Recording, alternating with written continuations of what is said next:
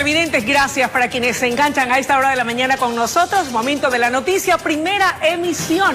Siempre es un honor poder contar con vuestra sintonía. Y en este día tan especial, en donde no podemos soslayar el análisis de los temas económicos de actualidad.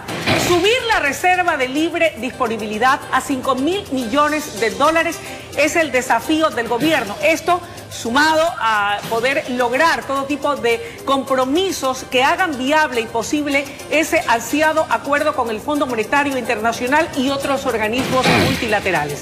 Para el análisis nos acompaña el economista Clever Chica, analista económico y también ex gerente de estudios económicos del Banco Central del Ecuador. Qué gusto que nos acompañe, economista. Buenos días y bienvenido. Y más gusto saludarla en este día tan especial. Feliz día. Muchísimas gracias. Y bueno, pues recibo ese saludo en representación de las mujeres ecuatorianas. Por supuesto. Claro que sí. Clever, usted se desempeñó como gerente de estudios económicos del Banco Central del Ecuador.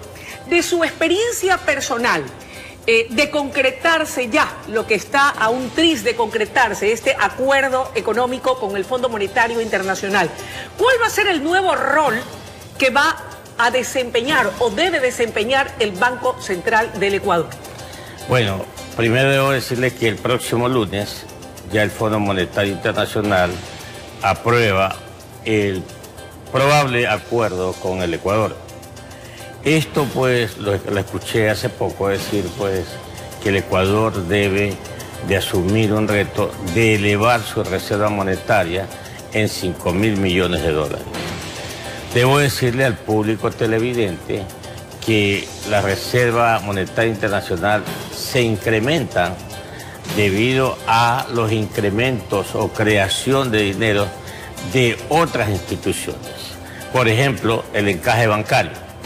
Si el encaje bancario sube en el porcentaje, significa que los bancos tienen que depositar por ese concepto una cantidad de dinero y eso va a la reserva internacional. Uno. Dos, se está hablando que probablemente en este acuerdo que el Ecuador tenga con el Fondo Monetario Internacional se incremente el porcentaje de los aportes de los empleados y trabajadores al Seguro Social. Ese es otro dinero que ingresa a las bóvedas del Banco Central y se constituyen en reserva monetaria. ¿Y esto es positivo o no? Bueno, desde el punto de vista del Fondo Monetario Internacional o del gobierno, para ellos sí es positivo. Pero desde el punto de vista suyo, mío y de los empresarios, etcétera, no necesariamente tenemos que aumentar esos porcentajes, por ejemplo, en el Seguro Social. ¿Por qué? Porque encarece más el presupuesto de ingresos de los trabajadores y de las empresas. Y debo decirle algo más. Mire, que se exageraron las tasas de interés cuando se fue al esquema monetario de la dolarización y los porcentajes de aportes del Seguro Social no se exageraron. Entonces, cuando usted me dice cuál sería el nuevo rol del Banco Central del Ecuador, yo le contesto, ¿no? Primero, debe lograrse la autonomía del Banco Central. Y el Banco Central es difícil que tenga hoy por hoy una autonomía porque no emite. No es el instituto emisor por el que se creó el Banco Central. Es que estamos dolarizados. Estamos dolarizados, no emitimos.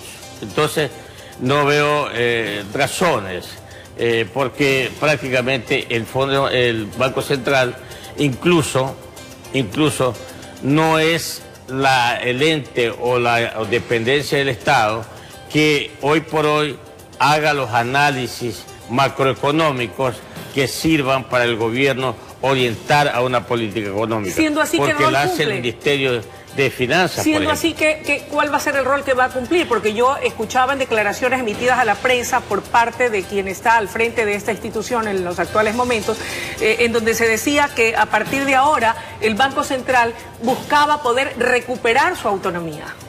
Bueno, lo dice bien claro, buscará. ¿Qué pasos debe seguir? Bueno, yo creo que primero hay que, como dice el ministro Richard Martínez, tenemos que sincerar las economías, porque es uno de los puntos que se ha tratado en este acuerdo del Fondo Monetario Internacional. La transparencia. Otro, la corrupción. Otro, el tema del control del gasto público. Yo creo que las autoridades económicas, con el debido respeto, están cometiendo un error. ¿En qué circunstancias exactamente? Están yéndose al control del déficit fiscal y se han olvidado del crecimiento económico. Y esto le está pasando a Argentina, por ejemplo. Argentina firmó un acuerdo para 57.000 millones de dólares que le desembolse el Fondo Monetario. Le ha desembolsado 28.000. Pero, mire, sigue creciendo la inflación, sigue creciendo el desempleo en Argentina y se ha firmado un acuerdo. De tal manera que creo que debe de atenderse al crecimiento económico. Economista, y en esa línea, a propósito de esta observación importante que usted realiza, más allá de atender el déficit fiscal ecuatoriano, consiguiendo estos créditos por parte de organismos multilaterales importantes y también del Fondo Monetario Internacional, ¿qué otras acciones deben tomarse casa adentro de manera paralela para lograr ese crecimiento económico que es también tan importante y que no nos ocurra lo que está pasando en Argentina? Definitivamente este acuerdo con el Fondo Monetario Internacional yo creo que es un certificado de calidad que le da al Ecuador y el país ya puede captar dinero más barato en relación a lo que venía captando a tasas de 7, 8, 9 y hasta 10.75. Yo creo que definitivamente es bueno el acuerdo desde ese punto de vista. Bien. No creo que sea bueno solamente, insisto, observar el gasto fiscal, el déficit fiscal y no recordar que hay un crecimiento económico que es más importante. Acciones para poder lograr ese crecimiento económico. ¿Cómo fomentamos más las exportaciones, por ejemplo? Sencillamente, yo quitaría el impuesto a la salida de divisas. Perfecto. 100%. Lo Absolutamente, quitaría. no de manera gradual. De esa manera la inversión tiene que atraerse. Porque hoy por hoy no es que se está prohibiendo la salida de divisas, se está prohibiendo el ingreso de divisas por concepto de inversiones extranjeras, inversiones locales, nacionales, porque hay un 5% ahí en la pared. Ese es un punto. ¿Qué otras acciones colaterales deberían tomarse para poder inyectar el dinamismo que requiere la economía ecuatoriana? Revisar dos leyes. ¿Cuáles? La ley del trabajo, que está dura todavía para los empresarios. Hay que flexibilizarla, pero cuando alguien dice flexibilización, ese término no les agrada. Yo diría modernizar la ley. Ok, actualizarla. Actualizarla. Bien. Y la otra, modernizar la ley de régimen monetario. La ley de régimen tributario. Ok.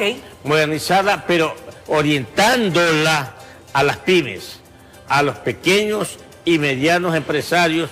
Consecuentemente, con eso se va a beneficiar la clase media. Y en el caso de la primera ley a la que hace referencia, ¿qué modificaciones o de qué manera modernizamos y actualizamos el Código del Trabajo para hacerlo más acorde a las necesidades actuales que requiere el país? Crear fuentes de trabajo a través de los horarios. ¿Y nuevas modalidades de contratos? Por supuesto que sí. Hoy por hoy un empleado llega a una empresa y per se se queda para siempre, y no es así.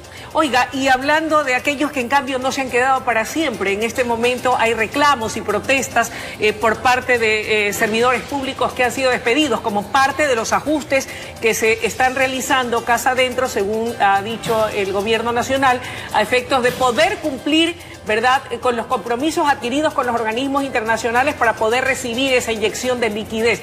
¿Era necesario hacer esta depuración y cortar cabezas a aquellos trabajadores con contratos ocasionales? Ahí tienen que las autoridades de esas dependencias dar cuenta, porque cuidado, estamos cometiendo injusticias. Ya. Estamos cancelando, liquidando, votando a empleados que ganan 400, 500, 600 dólares y los que ganan 3.000, 4.000, 5.000, 6.000 dólares siguen en sus puestos. Cuidado. Es un dato interesante. En el tema de la dolarización, la misma que se ha cometido luego de la crisis financiera bancaria, hoy ya son 20 años. ¿Qué balance o cuál es su lectura de lo que ha ocurrido 20 años después? ¿La dolarización ha cumplido su propósito o su objetivo? ¿Es sostenible en el tiempo? ¿La podemos mantener de acuerdo al momento que estamos viviendo y las acciones que está tomando el Ejecutivo? Quien le habla es uno de los que hizo la dolarización con un grupo de economistas. Nosotros cuando tuvimos esa idea de no ir a la convertibilidad, sino directamente a la dolarización, creímos conveniente para evitar que los gobiernos despilfarren los fondos públicos. Era una especie de camisa de fuerza, pero había que apalancarla a la dolarización, al esquema monetario. Lamentablemente los gobiernos no la han apalancado, no la han ayudado. ¿Qué hay que hacer? Sencillamente eso, lo que persigue la dolarización. ¿Cuál es? El gasto de calidad, el gasto con calidad, el gasto controlado, no el despilfarro de los fondos públicos como ya hay varias experiencias. Sobre todo porque el Banco Central no está en capacidad de emitir dólares, los dólares vienen de los Estados Unidos. Es la única forma que llegan los dólares por préstamos, por ventas al exterior. Por remesas. Por remesas. En menos cantidad ahora. Así es, y no hay más, porque las donaciones también están prohibidas. Le agradecemos muchísimo su presencia esta mañana y tal vez cerrar la entrevista con un pensamiento muy corto respecto de hacia dónde camina la economía del país con las acciones que se están tomando y con esos recursos frescos que vienen a llenar de liquidez a la economía ecuatoriana. La veo muy optimista usted y eso vale la pena decirlo. Pero al mal tiempo, buena cara, dice un dicho. Yo creo que estos organismos multilaterales de crédito van a hacer los desembolsos que el presidente Lenín Moreno aspira para atender las clases populares. Yo me quedo con el pensamiento y los sentimientos del presidente Moreno de no afectar a las clases populares.